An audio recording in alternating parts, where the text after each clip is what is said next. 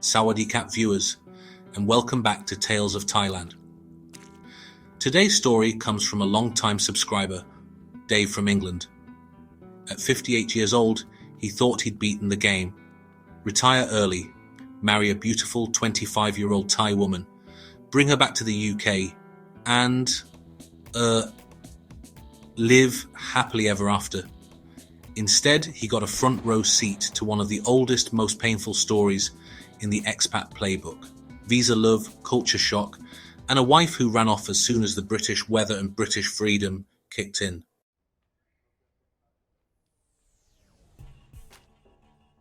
Hello guys, my name is Dave. I'm 58 from England, and I'm here to tell you how I managed to lose my heart, my savings, and honestly, my dignity, without even being in Thailand most of the time. I first came to Thailand for the usual reasons: sun, beaches, get laid, and to, forget that my job back home was slowly killing me. Mid-50s, divorced, kids grown up, mortgage mostly paid. Classic midlife crisis starter pack.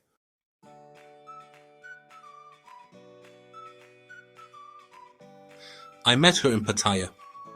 Not in a bar on a sleazy street, but in what I thought was a respectable little cafe near the old city. She was working behind the counter, tiny, 25, bright smile, English good enough to joke with customers. Let's call her May. I went in once, then twice, then, every day. She always remembered my order. Latte, not too hot, no sugar, same old man. She'd laugh when she called me old man. And yeah, I pretended it didn't sting. At 58, having a 25-year-old call you cute is dangerous. It makes you forget maths.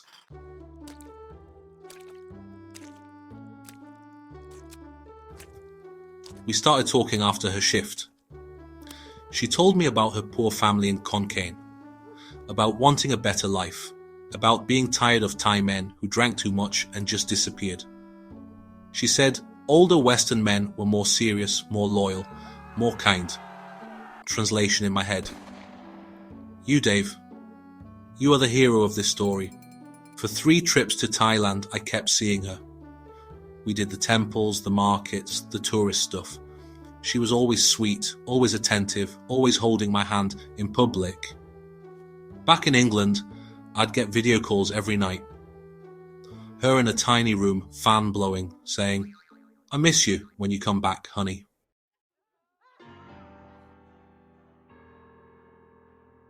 After about a year of this long-distance romance, May dropped the big one. She said, "Dave, I want real life with you. Not only holiday, I want be good wife for you. Maybe one day UK if I want." At 58, being given the chance to bring a beautiful 25-year-old wife back home felt like winning the lottery. Of course I wanted.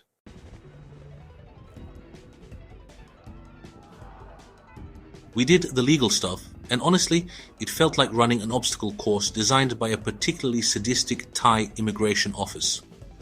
First came the engagement ceremony at her family home upcountry. I handed over gold necklaces, cash envelopes, and sat awkwardly while aunties sized me up like I was livestock at auction. Then the Sin Sod negotiations. Her uncles chain smoking in the living room, arguing over how much my old Farang money was worth. They started at 500,000 baht. I countered with 350,000. We settled at 400,000 plus a motorbike for her younger brother.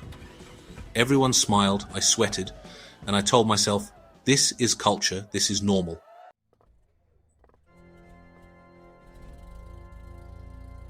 The village wedding was pure chaos. Plastic chairs borrowed from 3 different neighbours, a sound system blasting look, thung at ear-bleeding volume until 3 in the morning. Sticky rice served on banana leaves. Her drunk cousin gave a speech about how I'd rescued May from poverty. I wore the rented silk suit that smelled like mothballs. May looked stunning in traditional dress. The whole village ate my money and danced on my savings. I smiled through it all, thinking, this is my Thai wedding story. Everyone back home will be jealous.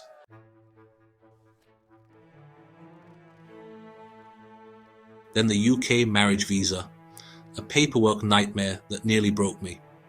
6 months of collecting bank statements, and I had to keep my savings account topped up just to prove, financial stability. TB tests in Bangkok, police background checks, May's medical exams, endless forms in triplicate.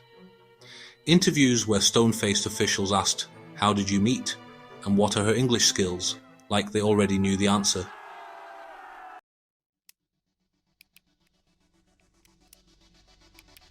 Every step cost money. Visa agency fees, £2,500. Flights to Bangkok for interviews, £800. Sin Sod and wedding costs, £12,000 equivalent. New clothes, rings, gifts for her family, over £3,000. I paid for everything without complaint.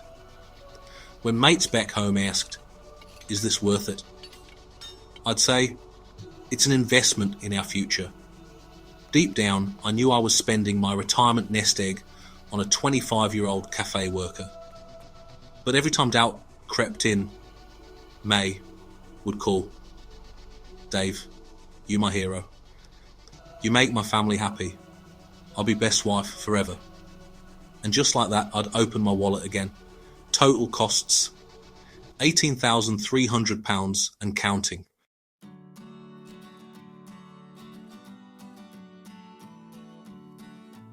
Eventually, the visa was approved. I remember picking her up at Heathrow. She stepped out in a bright pink jacket, complaining it was so cold in September. I wrapped my arm around her and thought, this is it. New life.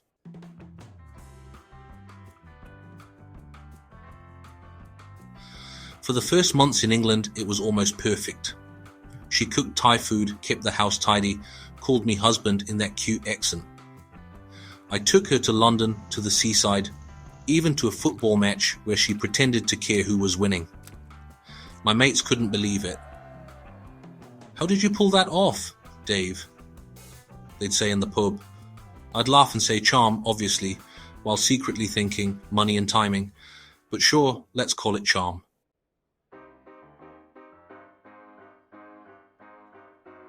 Then the cracks started to show. First, it was the phone.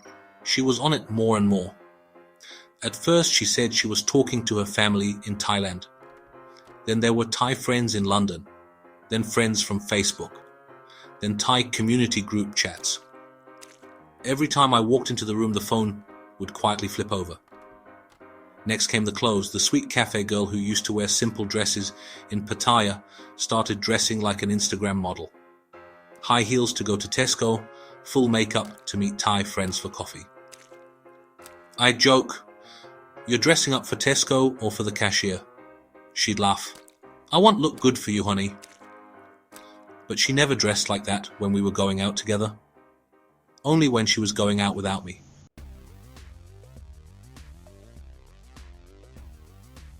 Then came the classic, "Tirak, I want job." On paper, this was reasonable. She was bored at home, wanted her own money, wanted to help with bills. Part of me was proud. The other part of me had watched enough YouTube stories and read enough stickman stories to hear alarm bells. She found a job at a Thai restaurant in the next city. Late shifts, lots of Thai staff, Thai customers, Thai karaoke after closing. I drove her there at first, picked her up after work. Slowly, that changed. She started saying, "No need, my friend, take me, or I finish late. You sleep, I get taxi." Messages from her during shifts became shorter, then disappeared completely. I told myself, she's busy. Stop being paranoid. Don't be that old jealous idiot.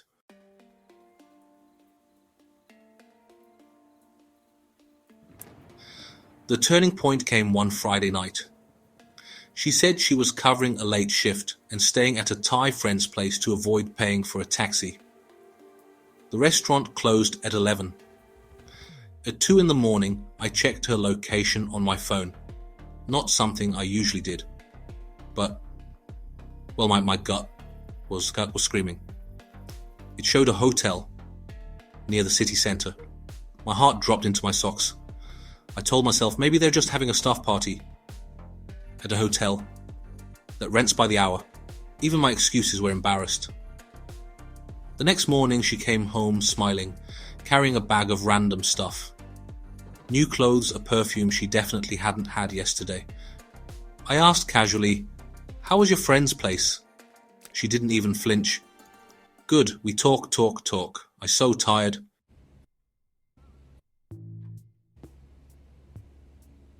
That was the first big red flag I didn't ignore. From then on, things between us were different.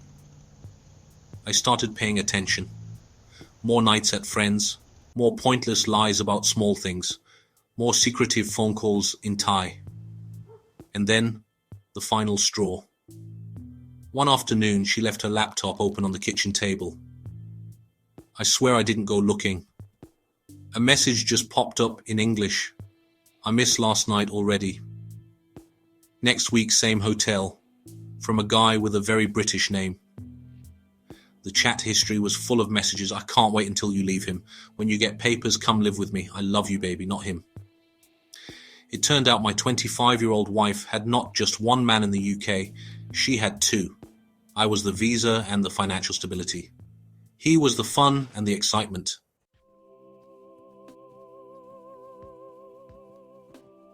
When I confronted her, it was like dealing with a professional actress. First, denial. "No, he just friend," he joke. Then anger. "Why you look at my laptop? You no trust me." Then tears. "You make me come to cold country. I lonely. You at work. I have no friend." Somewhere buried in there, she admitted it. She'd been seeing him for months. He was a customer at the restaurant, younger than me. Not by much, but younger enough. He bought her presents, listened to her problems, told her she was too young to be stuck with an old man. A week later, she was gone. I came home from work and her wardrobe was empty. No note, just a text message hours later. "I go now. I'm sorry, don't contact me. I need new life."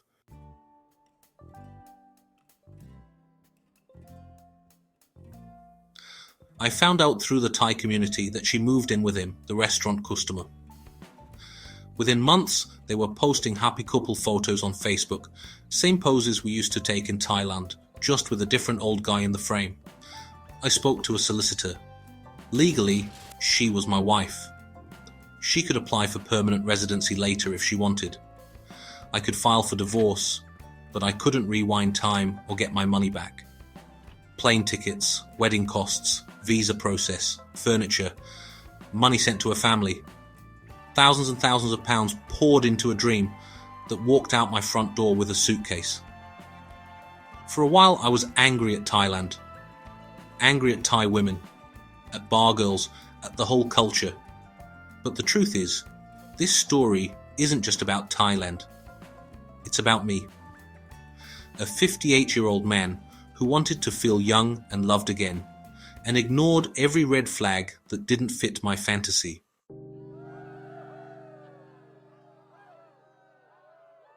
Here's what I learned. If the age gap is big enough that you could have taught her at school, proceed with extreme caution. If she wants the visa more than she wants the relationship, you'll feel it in how quickly everything moves. If the phone flips over every time you walk into the room, you're not paranoid, you're observant. And most importantly, love is blind, but your bank account doesn't have to be.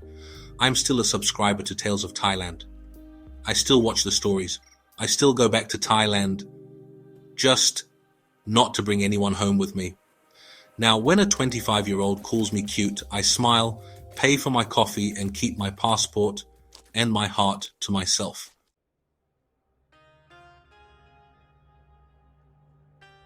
That was Dave from England, a 58-year-old who thought he was bringing love home from Thailand, and instead imported heartbreak and a very expensive lesson.